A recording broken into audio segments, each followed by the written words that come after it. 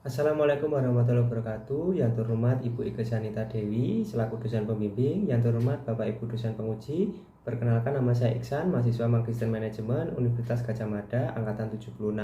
Di sini saya akan mempresentasikan hasil penelitian saya yang berjudul kualitas pelayanan, kualitas informasi, dan motivasi pelindungan pada kepuasan serta loyalitas konsumen perdagangan elektronik atau e-commerce.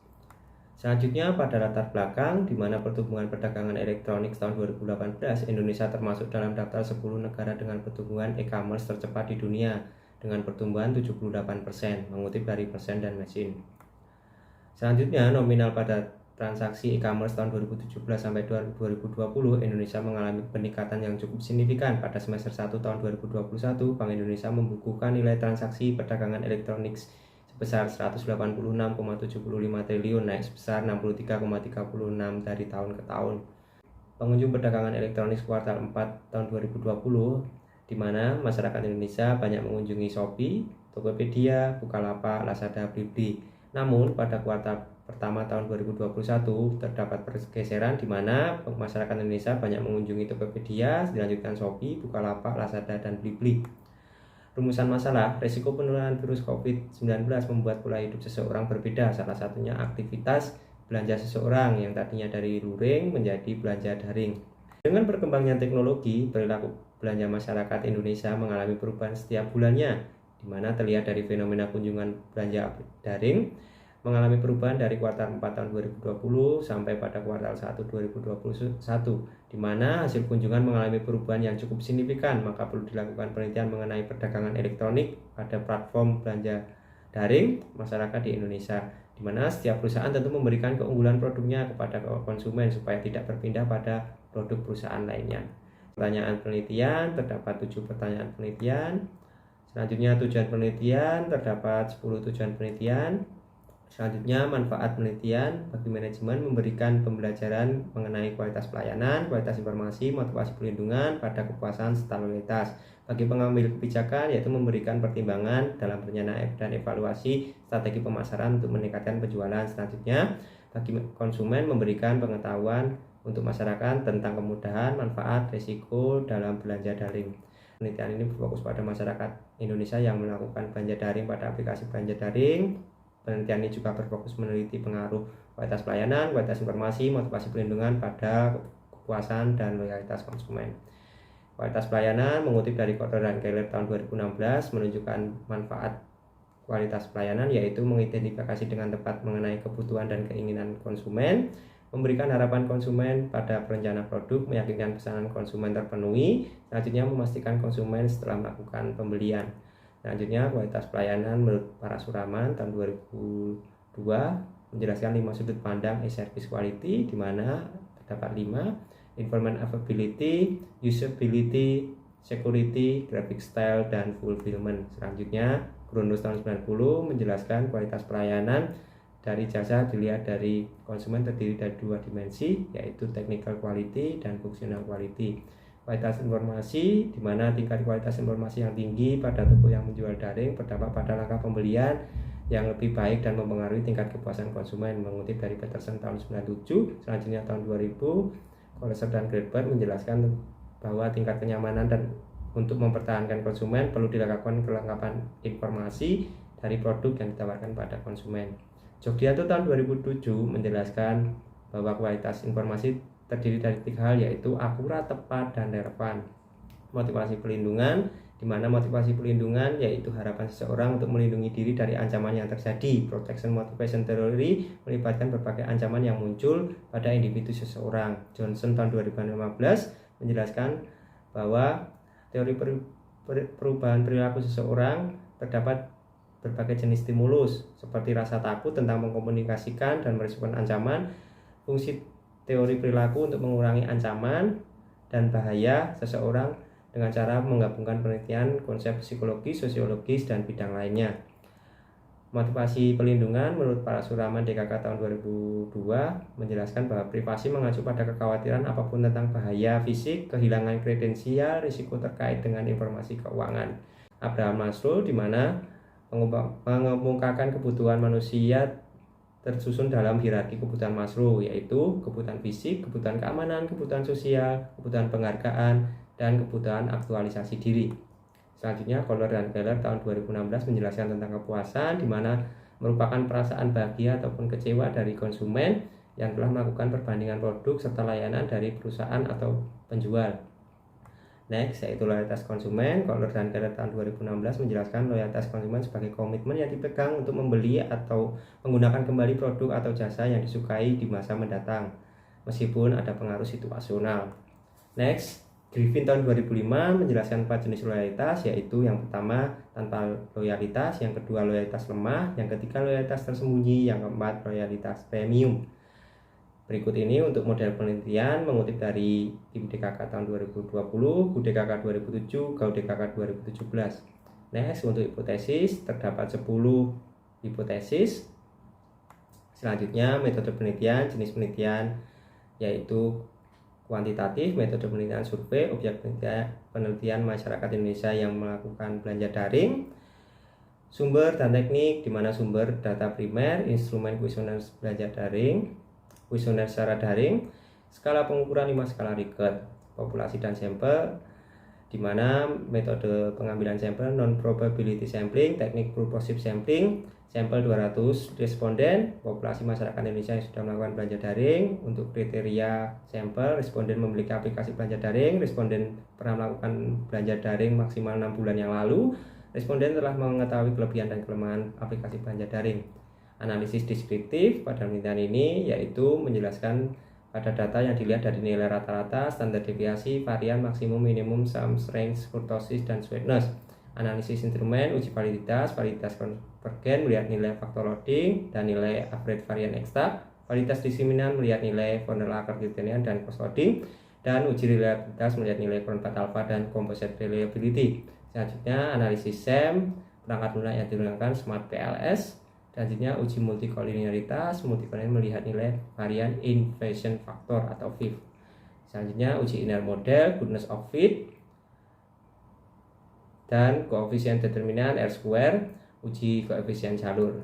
Selanjutnya uji hipotesis, di mana pengujian hipotesis penilaian menggunakan langkah bootstrapping, dan analisis SEM menggunakan efek mediasi. Terdapat 3 model, di mana model pertama variabel eksogen pada variabel endogen dengan tingkat signifikansi p-value kurang dari 0,05, tingkat nilai t statistik lebih dari 1,96. Yang kedua yaitu variabel eksogen pada variabel mediasi, tingkat signifikansi p-value kurang dari 0,05, t statistik lebih besar dari 1,96.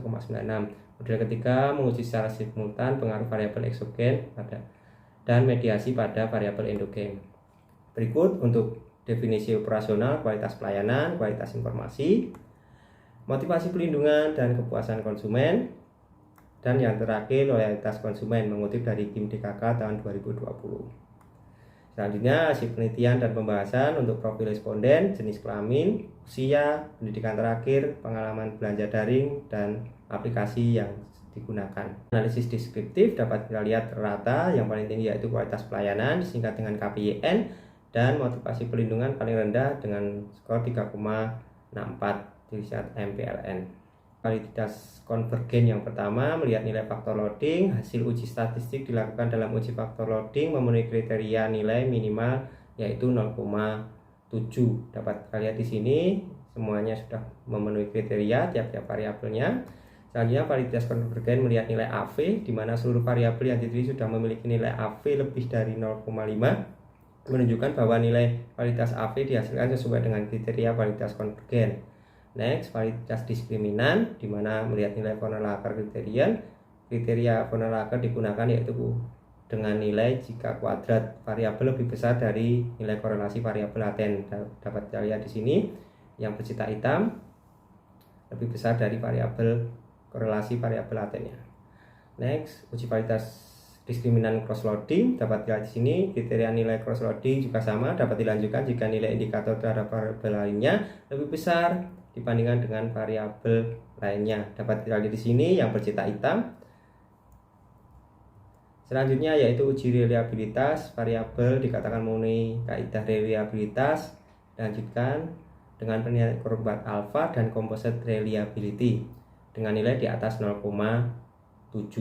Dapat kita lihat untuk tiap-tiap variabel sudah memenuhi kriteria.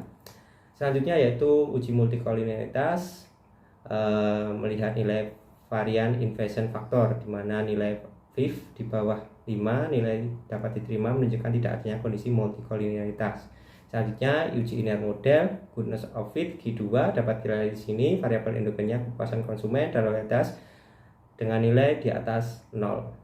Selanjutnya uji R-square mempunyai interval 0 sampai dengan 1, di mana kepuasan dan loyalitas sudah memenuhi kriteria dengan nilai antara 0 sampai dengan 1. Selanjutnya gambaran untuk hasil analisis inner model dapat kita lihat di sini gambarannya.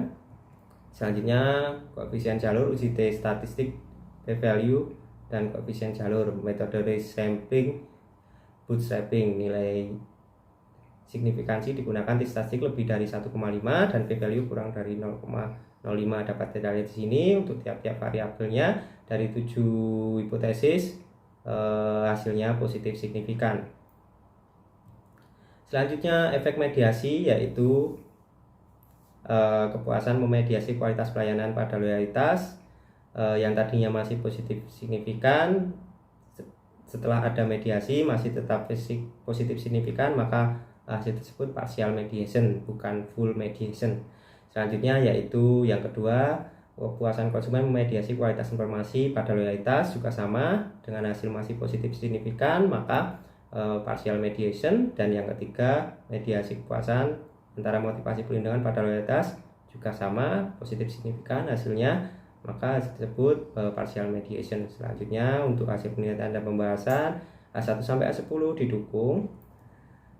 Selanjutnya H1 didukung kualitas pelayanan yang tinggi membangun kepercayaan terhadap penyediaan serta meningkatkan kepuasan konsumen terhadap penjual platform bisnis. H2 didukung juga, semakin tinggi kualitas informasi yang dilakukan penyedia aplikasi belanja daring, maka semakin meningkatkan kepuasan konsumen yang melakukan belanja daring. H3 didukung, di mana motivasi perlindungan yang dilakukan aplikasi belanja daring seperti keamanan akan meningkatkan keamanan data pribadi konsumen, membuat konsumen merasa terlindungi. H4 didukung, kualitas pelayanan dapat membentuk loyalitas yang melakukan belanja daring. Apabila kualitas pelayanan yang dilakukan belanja daring ditingkatkan, maka rasa nyaman dari konsumen akan timbul. H5 didukung, informasi yang sesuai dengan harapan konsumen akan berpengaruh pada tingginya loyalitas konsumen. H6 didukung, motivasi perlindungan dilakukan pada belanja daring akan berpengaruh pada keamanan dan kenyamanan konsumen. H7 didukung, kepuasan konsumen dapat membentuk loyalitas konsumen yang melakukan belanja daring. H8 didukung juga, ketika seseorang membeli suatu pada aplikasi belanja daring kualitas pelayanan baik, maka konsumen akan merasa puas dengan hasil tersebut. Selanjutnya H9 didukung, ketika seseorang membeli suatu barang dengan kualitas informasi yang lengkap sesuai dengan harapan, maka konsumen akan merasa puas. H10 didukung, ketika seseorang membeli suatu barang dengan pelindungan keamanan data-data transaksi pembelian, maka konsumen memotivasi konsumen membeli secara berulang. Next, untuk kesimpulan, kualitas pelayanan merupakan salah satu penentu kepuasan konsumen belanja daring. Keberhasilan dalam sistem informasi belanja daring mempengaruhi kepuasan. Penyedia aplikasi belanja daring perlu meningkatkan keamanan. Konsumen yang mendapatkan pelayanan daring aplikasi belanja daring lebih dari harapan, maka konsumen akan berpikir positif. Informasi yang diharapkan konsumen berpengaruh pada tingginya loyalitas. Selanjutnya, implikasi manajerial, yaitu pada peningkatan kualitas informasi terdapat faktor yang perlu dicermati, yaitu improvement availability, usability, fungsi pencarian, kecepatan akses, tata letak website, dan tingkat ketepatan penggambaran. Selanjutnya, memperhatikan kualitas informasi, kelengkapan informasi yang ditawarkan kepada konsumen. Memperhatikan pelindungan yang diberikan kepada konsumen seperti sistem pembayaran, perlindungan data privasi konsumen. Selanjutnya, pengelola aplikasi belanja daring juga memperhatikan tingkat kepuasan konsumen dengan menyediakan menu penilaian aplikasi belanja daring. Untuk implikasi penelitian selanjutnya dilakukan pada aplikasi belanja daring atau platform tertentu agar lebih spesifik. Selanjutnya, meneliti respon masyarakat yang lebih dari 35 tahun.